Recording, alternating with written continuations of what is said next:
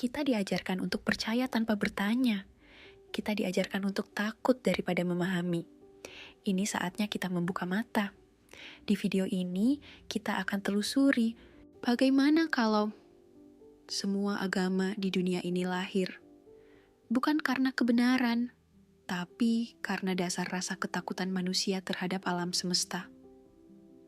Apa yang terjadi saat kepercayaan dibangun di atas ketidaktahuan?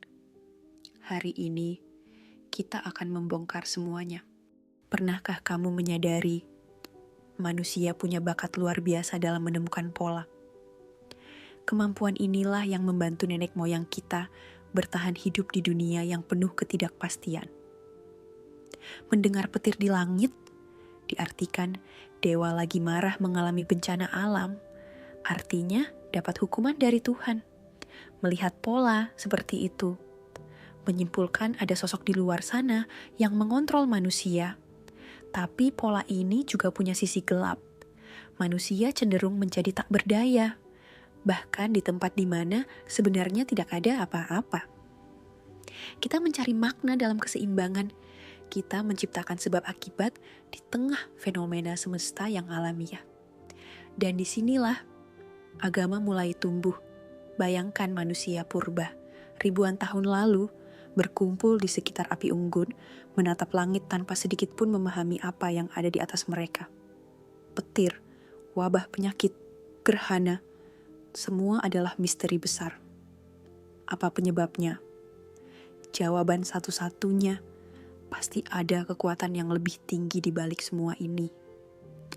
Agama adalah usaha pertama manusia untuk memahami yang tidak mereka mengerti, sebuah pegangan di tengah dunia yang menakutkan dan kacau menurut pengertian mereka. Masalahnya, pendekatan agama ini tidak bertahan dengan baik.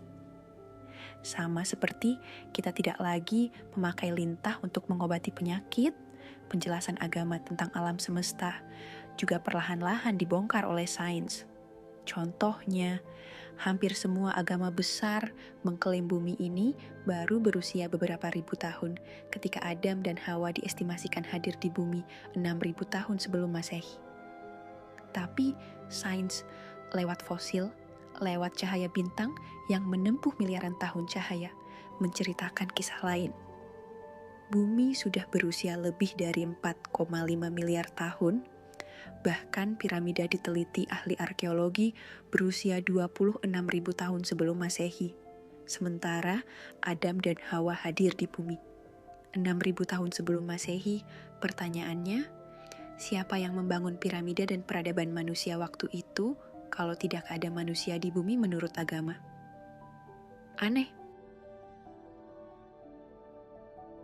Lalu, saat bukti sains bertentangan dengan keyakinan agama, apa yang kita lakukan? Menutup mata? Atau berani menyesuaikan pemahaman kita? Selama ribuan tahun, penyakit dianggap sebagai hukuman dari Tuhan seperti kusta dan wabah. Sampai akhirnya kita menemukan kuman, virus, dan bakteri. Perkembangan studi kesehatan telah mengubah dunia, sementara agama terus berusaha mengejar ketertinggalannya. Lalu tentang doa. Setiap hari, miliaran orang beragama berdoa, berharap bisa mengubah nasib mereka. Tapi penelitian menunjukkan doa untuk orang lain tidak membawa efek yang nyata. Kalau doa memang bisa menyembuhkan, kenapa rumah sakit tidak menggantikan dokter dengan pendeta, ustadz, atau ulama? Dan kenapa justru ketika pendeta, ustadz, dan ulama itu sendiri yang sakit mereka malah pergi ke dokter? Bukan seharusnya berdoa saja ke Tuhan mereka dan pasrah? Dan saat doa gagal, jawaban standar yang selalu muncul, itu kehendak Tuhan. Sistem agama ini dibuat kebal terhadap kegagalan, karena tidak pernah bisa disalahkan.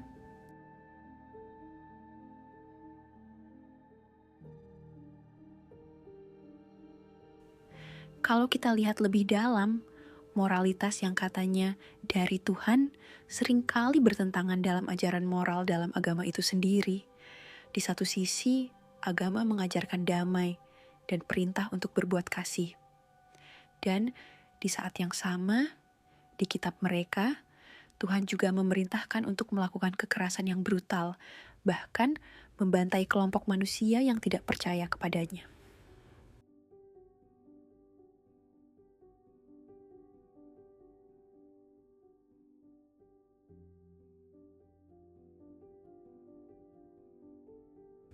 Apakah itu moralitas sejati? Atau hanya hukum kuno yang lahir dari kebutuhan untuk bertahan hidup dalam peradaban dunia yang keras? Yang lebih mencengangkan, moralitas manusia terus berkembang. Kita sekarang menolak perbudakan, kita menolak diskriminasi, kita membela hak asasi, kita menghargai cinta sesama jenis, bukan karena doktrin agama, tapi karena akal sehat, empati, dan pemahaman bahwa semua manusia layak dihormati. Tapi anehnya, mayoritas agama menolak dan mengutuk cinta sesama jenis. Mereka lupa di kitab suci mereka. Nabi mereka punya istri banyak. Ada yang punya istri 2, 11, 15, bahkan ribuan juga ada. Tapi agama mengutuk cinta sejenis kepada satu orang saja, yang atas dasar suka sama suka, bukan paksaan. Seperti yang nabi di kitab agama mereka lakukan, setelah menang perang, sang nabi menikahi putri sang tawanan perang. Begitu naifkah agama memaknai hak asasi manusia dengan memiliki moralitas berstandar ganda?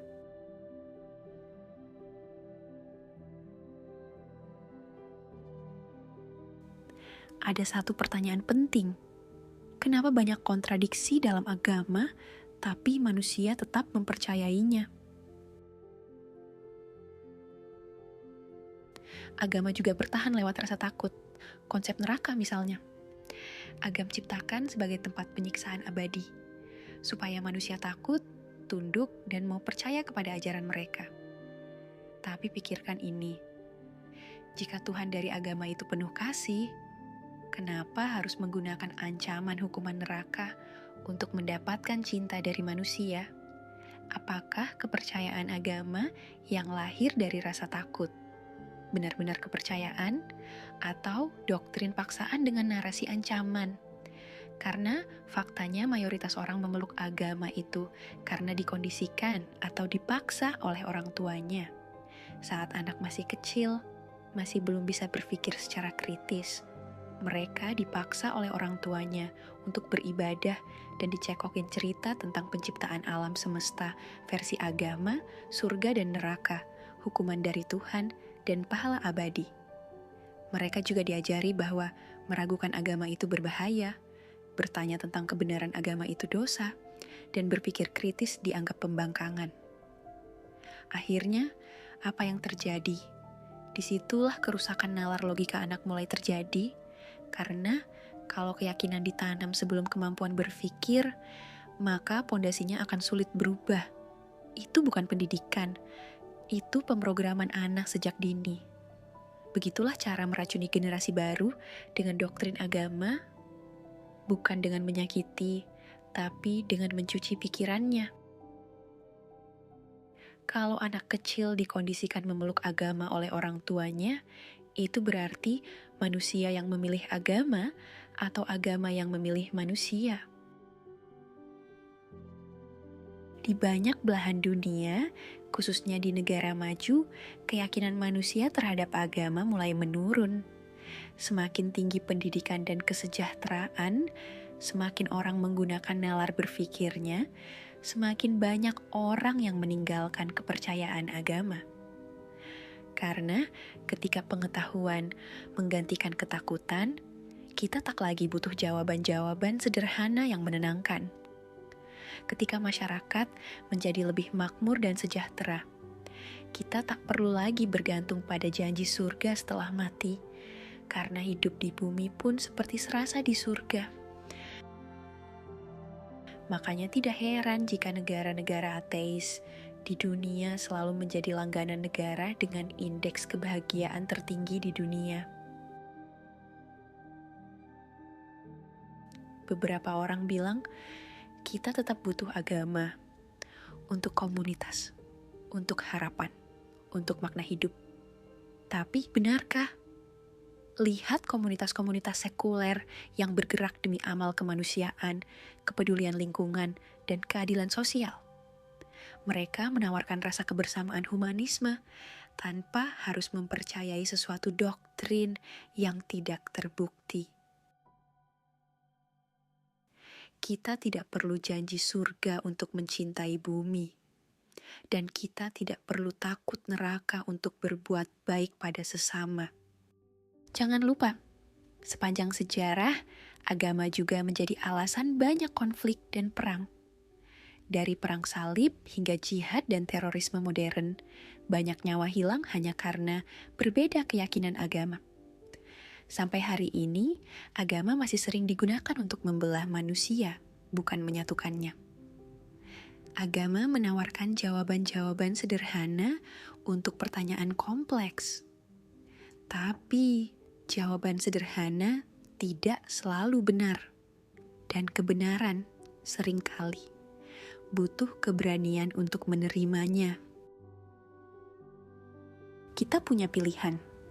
Bertahan dalam kepercayaan agama dengan nilai-nilai kuno, atau melangkah ke depan dengan akal, nalar logika, dan rasa ingin tahu. Alam semesta ini begitu luas, misterius, dan luar biasa indah.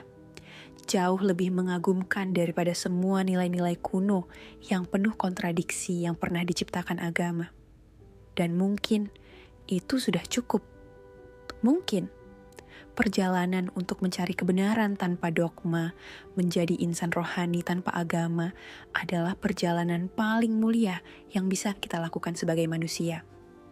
Saat kamu mencari jawaban, ingatlah, tidak apa-apa untuk tidak tahu, karena mengakui ketidaktahuan adalah langkah pertama menuju pemahaman sejati. Karena semesta, pencipta, Tuhan, energi abadi, atau dengan istilah apapun kita menyebutnya, pasti akan memberikan kita pemahaman yang melampaui akal pikiran manusia dalam lubuk sanubari kita. Terima kasih sudah menonton. Kalau kamu merasa video ini menggugah pikiranmu, jangan lupa untuk like, subscribe, dan bagikan ke teman-temanmu. Karena semakin banyak kita berani bertanya, semakin dekat kita dengan pemahaman yang sejati. Sampai jumpa di perjalanan berikutnya.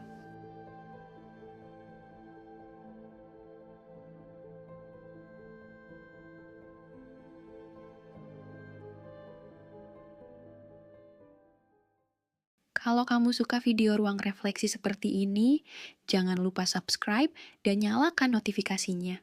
Sampai jumpa di video berikutnya, di mana kita terus belajar, bukan untuk merasa diri benar, tapi untuk jadi manusia yang lebih sadar.